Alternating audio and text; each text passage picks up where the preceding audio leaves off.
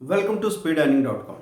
दोस्तों, कई बार आप लोग पूछते रहते हैं कि सर मैं नया हूँ, मार्केट में काम शुरू करना चाहता हूँ, लेकिन स्टॉक मार्केट बहुत रिस्की है, कितना पैसा लगेगा, कम से कम मुझे ज़्यादा कुछ पता नहीं है। आपको किसने कहा है कि आपको आते ही तूफानी काम करना है? शुरू में आपको मार्केट से फेमिलियर होना पड़ता है। मैं पंकज जैन speedearning.com में लगभग 20,000 ट्रेनिंग्स को पास आउट कर चुका हूँ।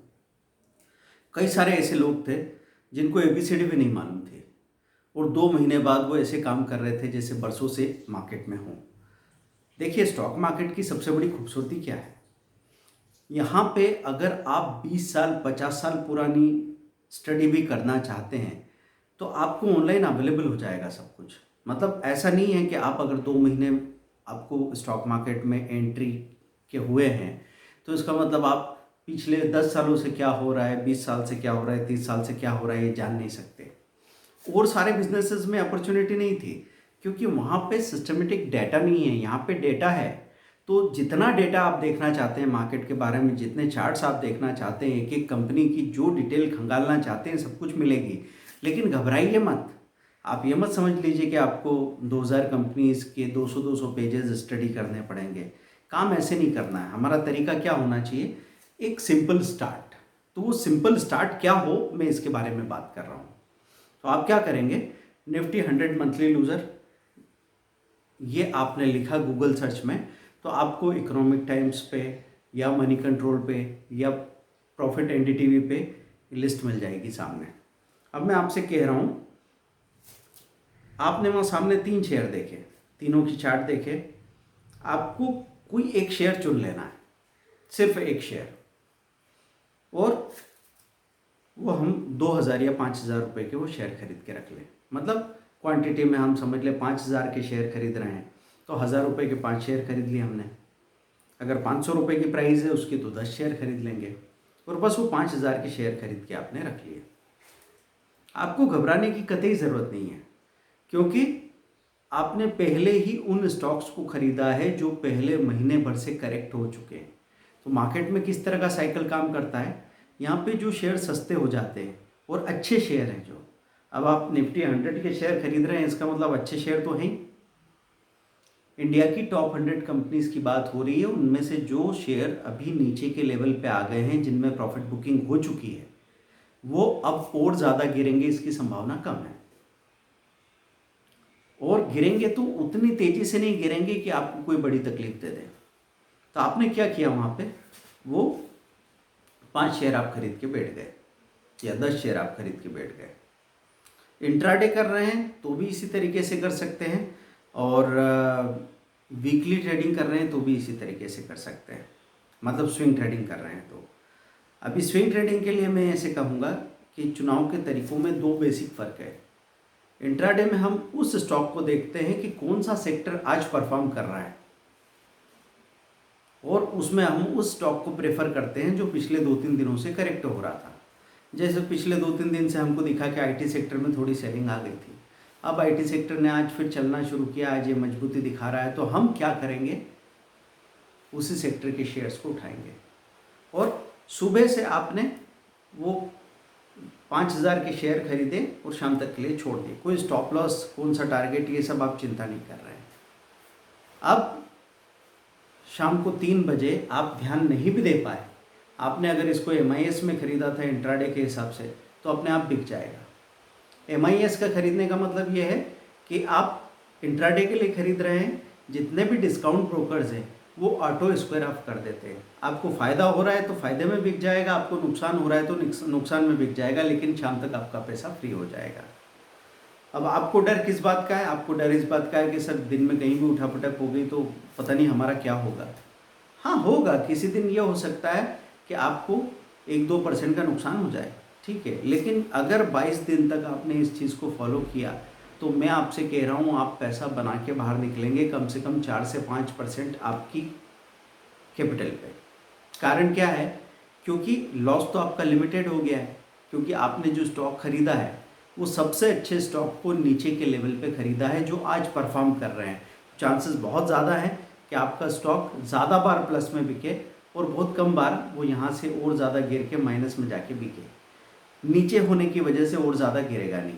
तो इंट्राडे में तो मैंने आपसे क्या कहा, जो स्टॉक चल रहा है आज, जो सेक्टर परफॉर्म कर रहा है, उस स्टॉक में खरीदी की, छोटी सी क्वांटिटी खरीदी, इसलिए बहुत घबराने की ज़रूरत नहीं है। क्योंकि अगर वॉल्यूम पे आपका कंट्रोल है, मतलब पूरे मार्केट पे आपका कंट्रोल है। जैसे लोग बोलते हैं ना कि क्या निफ्टी 10,000 11,000 जाएगी या 7,000 आ जाएगी या 20,000 हो जाएगी, मुझे कुछ पता नहीं। अगर आपने अपनी जेब से 5,000 रुपये डाल रखे हैं तो आपको उतनी ही चिंता करनी है। और वस्त से वस्त सिन अगर आप दिमाग में सोच लें तो क्या हो सकता है। सबसे बुरा सिन अगर मैं सोच लूँ कि आपने बॉटम में जो सबसे अच्छा शेयर खरीदा है, वैसे तो उसको गिरना नहीं है, क्योंकि इंस्टीट्यूशन इन गिरे हुए करेक्टेड शेयर्स को ही अब खरीदने की बात करेंगे, म्यूचुअल फंड या FII। फिर भी अगर सबसे बुरी हालत होगी तो ये यहाँ से 10% और गिर जाएगा, तो 5,000 रुपये पर 500 रुपये और माइनस दिख जाएंगे। इससे ज़्यादा तो क्या होने वाला है। तो एक नॉर्मल दिमाग में अपने आप को वर्स्ट मैसेज देख के चेक कर लो क्या स्थिति है। अगर आपको ऐसा लगता है कि नहीं नहीं इसमें भी मुझे तो शिकायत हो रही है, तो मैं आपसे कहूँगा 2,000 के शेयर खरीद के, अगर गिर जाएगा तो 3,000 के और खरीद लेंगे जब मौका मिलेगा। तो इंट्राडे की बात हो गई। अब बात कर रहा हूँ स्विंग ट्रेडिंग के लिए आपका नज़रिया बिल्कुल अलग होता है। इंट्राडे में आप वो शेयर खरीदते हैं जो आज भाग रहा है, जो अभी भाग रहा है, मतलब बढ़ते हुए शेयर्स को खरीद के 1 घंटे में या शाम तक बेच के बाहर निकल जाते हैं। लेकिन इंट्राडे के हिसाब से जो शेयर खरीद के रखे हैं उनको आप कल के लिए घर मत ले जाना, आप उसको लेके रख मत लेना। क्यों? क्योंकि हमने आज ऐसा शेयर खरीदा है जो आज के लिए अच्छा है, हो सकता है। लेकिन अगर स्विंग ट्रेडिंग में आप खरीद रहे हैं तो आप वहाँ पे कौन से शेयर खरीदते हैं? जो गिर रहे हैं कई दिनों से, आज खरीदेंगे तो आज और भी गिर सकता है, हो सकता है अगले 4 दिन तक और नीचे चला जाए, और वहाँ पे हम एक टुकड़ा और खरीदेंगे, ऐसा प्रोविज़न करके रखते हैं। तो स्विंग ट्रेडिंग में आप किसको खरीदते हैं? गिरे हुए शेयर्स को, जो कि और गिरते हैं, और उसके बाद जब वो पलट के चलने लगते हैं तो आप प्रॉफिट में आने लगते हैं, और फिर धीरे धीरे आप अपना प्रॉफिट बुक करके बाहर निकलते हैं। तो इंट्राडे का नज़रिया, आपका डिसीजन मेकिंग का बेसिस है वो बिल्कुल अलग है, और पोजिशनल का बेसिस बिल्कुल अलग है। पोजिशनल मतलब 2 दिन, 8 दिन, 10 दिन, 20 दिन, 50 दिन के लिए आप शेयर्स को या किसी भी पोजीशन को रख रहे हैं। अभी तो मैंने इक्विटी की बात की, अगर यही काम आप ऑप्शन में कर रहे हैं, यही काम आप फ्यूचर्स में कर रहे हैं, तो भी आपको इस बात का ख्याल रखना है। मतलब आप समझो किसी को भारतीय एयरटेल का फ्यूचर खरीदना था, तो क्या किया उन्होंने? भारतीय एयरटेल का फ्यूचर, जब भारतीय एयरटेल गिर के आया 430 से 410 आया, वहाँ पे 410 पे ख़रीदा, उसकी हेजिंग करके रखी या फिर स्टॉप लॉस लगा के रखा। लगा था कि यहाँ से नीचे नहीं जाएगा, वो यहाँ से भी नीचे गिर गया तो 2 रुपये का स्टॉप लॉस चला गया, है ना।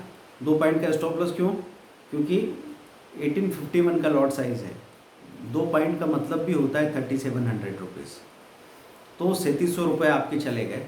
फिर वो और गिरा 400, फिर एक दिन शाम को वो 395 394 कहीं दिखा रहा था, वहाँ पे भी आपको डर लग रहा था, लेकिन आपको कहीं ना कहीं डिसीजन तो लेना है। तो आपने सोचा कि चलो इस लेवल पे हम कहीं बाइंग करते हैं, तो किसी ने 95 पे, किसी ने 97 पे कहीं ना कहीं एंट्री की, स्टॉप लॉस लगाया 2 रुपये का, लेकिन वो हिट नहीं हुआ और ये 400-401 रुपये का लेवल दिखाने लगा। उसके बाद उधर ही घूमता रहा 2 दिन तक, और आज ये 412-413 होकर 405 रुपये पर बंद हुआ है। आप देखें कि हमको वो कैलकुलेशन दिमाग में होना चाहिए कि कितने रिस्क पे कितना रिटर्न लेना चाह रहे हैं। ऐसा हवा में काम नहीं चलेगा। मैं आपसे कई बार कहता हूँ कि 10 रुपये कमाने के लिए 2 रुपये का रिस्क लिया जा सकता है, 2 रुपये कमाने के लिए 10 रुपये का रिस्क मत लेना। मतलब अभी मैं अंबर एंटरप्राइज शेयर का नाम लिया मैंने पिछले थर्सडे को, उसने फ्राइडे को परफॉर्म किया, उसने मंडे को परफॉर्म किया, लेकिन मंडे की शाम को उसमें सेलिंग आ गई। अब ट्यूसडे की सुबह और सेलिंग आ गई, लेकिन ट्यूसडे की शाम तक रिकवर करके ऊपर चला गया। तो यहाँ पे आपकी पुरानी खबरें काम नहीं करेगी। जब आप इंट्राडे ट्रेडर है तो इंट्राडे ट्रेडर को तो 10-10 मिनट का भी ख्याल रखने की ज़रूरत है। और इन्वेस्टर को क्या करना है? इन्वेस्टर को हम कहते हैं शेयर खरीदो रखो भूल जाओ। कुछ लोग बोलते हैं सर इन्वेस्टमेंट में स्टॉप लॉस कैसे लगाएंगे? इन्वेस्टमेंट में स्टॉप लॉस नहीं लगा सकते, स्टॉप लॉस तो आपके 1 दिन के लिए होते हैं, या फिर जीटीटी ऑर्डर हो सकता है, गुड टिल ट्रेड, लेकिन वहाँ पे काम करता है आपका फंड पे कंट्रोल। आप कितना फंड डालना चाहते हैं उस पर आपका कंट्रोल होना चाहिए, कि कोई भी शेयर क्या करेगा, आपको उतार चढ़ाव का डर है, तो आप समझ रहे हैं कि हो सकता है हर 3 महीने में और ज़्यादा नीचे नीचे नीचे गिरता चला जाए, तो ठीक है वैसा अरेंजमेंट कर लेते हैं ना। तो आपने क्या किया कि अभी कुछ शेयर्स खरीदे, फिर 3 महीने बाद जहाँ भी जो लेवल होगा वहाँ खरीदेंगे, हो सकता है थोड़ा नीचे या हो सकता है थोड़ा ऊपर मिले, लेकिन आपने गुंजाइश छोड़ी हुई है कि जो भी अच्छा से अच्छा लेवल दिखेगा गिरावट के समय में, तब हम इसको खरीद के रख लेंगे, तो आपको झटका नहीं लगता। आपने कोई शेयर 300 रुपये में ख़रीदा, या मैं चलो भारतीय एयरटेल का एग्जांपल ले लूँ, या फिर मैं किसी और शेयर का एग्जांपल ले लूँ, जैसे डिक्सॉन की बात करूँ। डिक्सॉन 9600 से गिरना शुरू किया, 10,200 का हाई बना के आया, 96 से फिर ये 9200 हो गया, तो तेज़ी पीछे गई है, तो सब लोगों को बहुत अच्छा लगता है शेयर, तो 9200 पे कुछ शेयर लिए, फिर लगा कि चलो 100-200 पॉइंट और गिर जाएगा, फिर तो पलटना है इसको, लेकिन वो तो 8800 हो गया। फिर आपने कुछ शेयर खरीदे, डर लग रहा था अब आपको कि पता नहीं है तो गिरते ही जा रहा है, फिर लग रहा था अब तो नहीं गिरेगा शायद, लेकिन उसने 3-4 दिन बाद 8400 भी दिखा दिया। अगर आपके पास प्रोविज़न है तो आप वहाँ पे भी खरीद लेंगे, तो आपका एवरेज क्या हो जाएगा 85-8600 के आसपास, और ये 9400 पे अभी वापस नज़र आ रहा है 10 दिनों के अंदर अंदर। तो आप देख सकते हैं कितना पैसा बन रहा है, कम से कम 7 से 8% पैसा बन रहा है। इसलिए मैं आपको ज़्यादा प्राइस वाले शेयर्स में काम करने के लिए कहता हूँ, उनसे डरने की ज़रूरत नहीं है, क्योंकि उनके मूवमेंट बहुत तेज़ी से आते हैं। और साथ में आप ये चेक कीजिए ना, MF holding of Dixon, MF holding of Oberoi realty, और MF holding of India mart, तो आपको ये बात पता लगेगी कि हमको लग रहा है कि ये शेयर बहुत महंगे हैं, लेकिन अगर म्यूचुअल फंड इस रेट पे भी इसको खरीदने के लिए लाइन लगा के खड़े हैं, इसका मतलब ये महंगे नहीं है, ये सस्ते हैं। क्योंकि महंगे सस्ते के लिए मैं बार बार आपको एक बात पे गौर करने को कहता हूँ कि आप सोने की अंगूठियाँ खरीदते हैं ना, हर घर में आदमी सोना खरीदने का सपना देख रहा है, क्यों इतना सा एक चीज़ लेके आ रहे हैं 10,000 रुपये में, इतनी सी एक अंगूठी लेके आ रहे हैं 10,000 रुपये में। 10,000 रुपये में तो आपको पूरा कमरा भर के हम प्लास्टिक दिला देते हैं, आप लेना चाहेंगे? वो सस्ता है, लेना है आपको? नहीं। क्यों सर? हम वैल्यूएबल चीज़ खरीदना चाहते हैं, प्रेशियस मेटल, ऐसी कीमती धातु जिसका भाव सदियों से बरसों से बढ़ता ही चला आ रहा है, उसकी कीमत है, इसलिए हम उसको लेना चाहते हैं। अब आप समझ गए बात को। कोई कंपनी, वो स्टॉक जो ग्रो करके ऊपर ही खड़ा है और वहाँ से गिरता कम है, चढ़ता जाता है, इसका मतलब ऐसा स्टॉक है, ऐसा बिजनेस है जो पैसा बना रहा है, उसमें पार्टनरशिप हर कोई करना चाहेगा। तो हम उसके लिए 5,000, 6,000, 8,000 की भी प्राइस देना पड़े तो देंगे। हमारे पास एक शेयर खरीदने का पैसा हो चलेगा, लेकिन हम प्राइस की वजह से ये नहीं सोचेंगे कि यार 40 पैसे का, 1 रुपये का, 2 रुपये का, 5 रुपये का शेयर कहाँ है। ये सस्ते वाला खेल हम सब्जी बाज़ार में भी खेलें तो चल जाएगा, यहाँ नहीं करना है। तो आप जब कंज्यूम करते हैं तब आप सस्ती चीज़ें ढूंढिए। कंज्यूम करते हैं मतलब जब आप टीवी लेके आ रहे हैं, कार लेके आ रहे हैं, या फिर कुछ खा रहे हैं, कुछ कपड़े पहन रहे हैं, वहाँ पे आप ये चीज़ देख सकते हैं। क्वालिटी तो देखना है, पर क्वालिटी में कॉस्ट सेविंग हो सकती है, वैसा देखिए। लेकिन इन्वेस्टमेंट के केस में क्वालिटी देखनी है, कॉस्ट सेविंग नहीं करना है बेकार की। आपको वहाँ पे ऐसे कहा जाता है ना, लोग कहते हैं सस्ता और सस्ता हो जाता है, महंगा और महंगा बिकता है। ऐसी सिंपल सी बात स्टॉक मार्केट के अलावा भी होती रहती है। तो दोस्तों, आज मैंने आपको ये बताया कि सबसे सिंपल तरीका क्या होगा ट्रेड करने का। आप 5,000 रुपये के शेयर खरीद के सुबह से शाम को छोड़ दीजिए, अपने आप बिक जाएंगे। और अगर आप स्विंग ट्रेडिंग कर रहे हैं तो 5,000 के शेयर आपने खरीद के रख लिए, अगर उसमें तेज़ी आ जाती है तो 5 का वो 6,000, 6,500 कहीं बिक जाएगा। अगर और मंदी या गिरावट आ जाती है तो 4,000 के शेयर हम और ख़रीद लेंगे, हमारे पास क्वांटिटी डबल हो जाएगी। धीरे धीरे करके आपका प्रॉफिट बुक हो जाएगा। तब तक आपको सबसे बड़ी चीज़ क्या मिलेगी? पैसा तो मिलेगा ही, लेकिन उस स्टॉक के बिहेवियर की गहरी समझ मिलेगी, क्योंकि जिसमें मैं शामिल हूँ उसको मैं सुबह दोपहर शाम देखता हूँ। ऐसे सारे शेयर जो इधर उधर हम उन पर सरसरी निगाह डालते रहते हैं, इससे नॉलेज नहीं आता। जब आप उसमें शामिल होते हैं तो वो पेन और गेन मिलता है आपको। उस वक्त आपको कई बार लगता है कि डिसीजन लेना कितना मुश्किल है। कई बार लग रहा था बेच दूं क्या, फिर आप रुक गए, वो और आगे चला गया। कभी आपको लगा कि नहीं बेचता हूँ, नीचे आ गया, फिर आप पछता रहे कि अरे यार बेच देना चाहिए था। तो ये जो उतार चढ़ाव है इमोशनली, छोटी क्वांटिटी पे करके तो देखिए, तब आपको समझ में आएगा कि यहाँ पे डिसीजन लेना कितना मुश्किल होता है अगर आपके पास नॉलेज नहीं है तो नॉलेज लेते रहिए।